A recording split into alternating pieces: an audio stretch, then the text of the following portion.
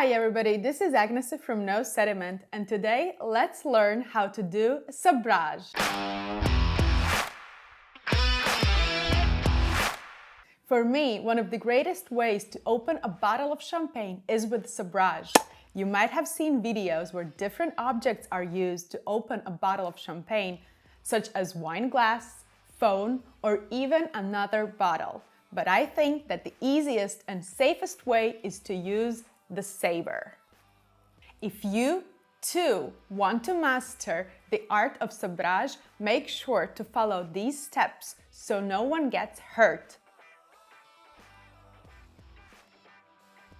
I always put my champagne meant for sabrage in the fridge to chill, because with chilled bottle of wine it will be much easier to control the process. The pressure in the champagne bottle is very high, and with temperature rising it will get even higher. And at some point the bottle might not be capable of withstanding the pressure and it might explode in your hands while doing the sabrage.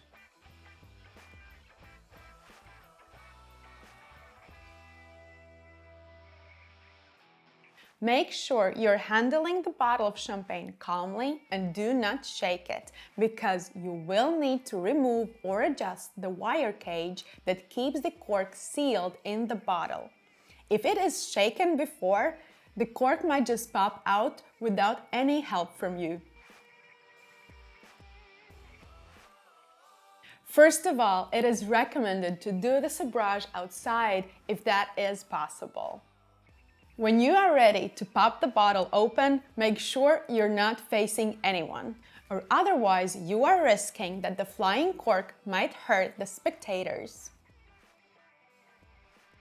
That is especially important note to everyone who wishes to capture the moment with their phone or their camera, as I have noticed that most of the time they're gathering exactly at the trajectory of the flying cork. That said, make sure that you do not face any other expensive objects or cars, because that cork with part of the bottle's neck can reach speed up to 50 kilometers per hour, and that can easily break a window or do other damage.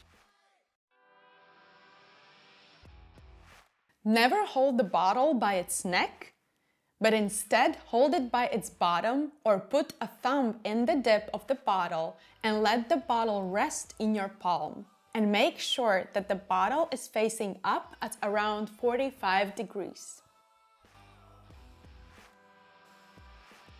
I mentioned in the beginning of this video that you can do a sabrage with a wine glass. And the fact that you can do a sabrage with something fragile as wine glass means that you do not need to use force. The lip of the bottle neck is the most fragile spot of the champagne bottle, and little kick will do the trick. I use my Sabre that is specifically meant for sabrage of champagne.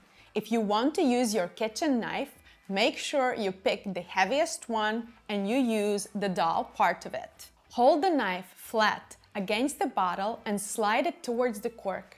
With one single and confident hit, off flies the cork with part of the bottle's neck. There might be some foam or champagne coming out of the bottle, but do not rush to lick it or drink from the sabered top of the champagne bottle, because it is very sharp. After all, it is a cut glass. And never hold the sabered bottle by its neck.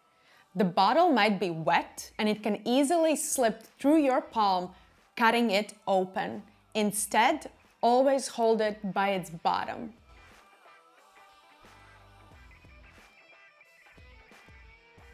Make sure you collect the cork and any other debris or glass separated from the sabered bottle. The cork might fly quite far away, 5 to 10 meters, so make sure to get it. You do not want to be the one who is littering or harming the environment, especially if you're doing sabrage in the forest, beach, or garden where people walk barefoot.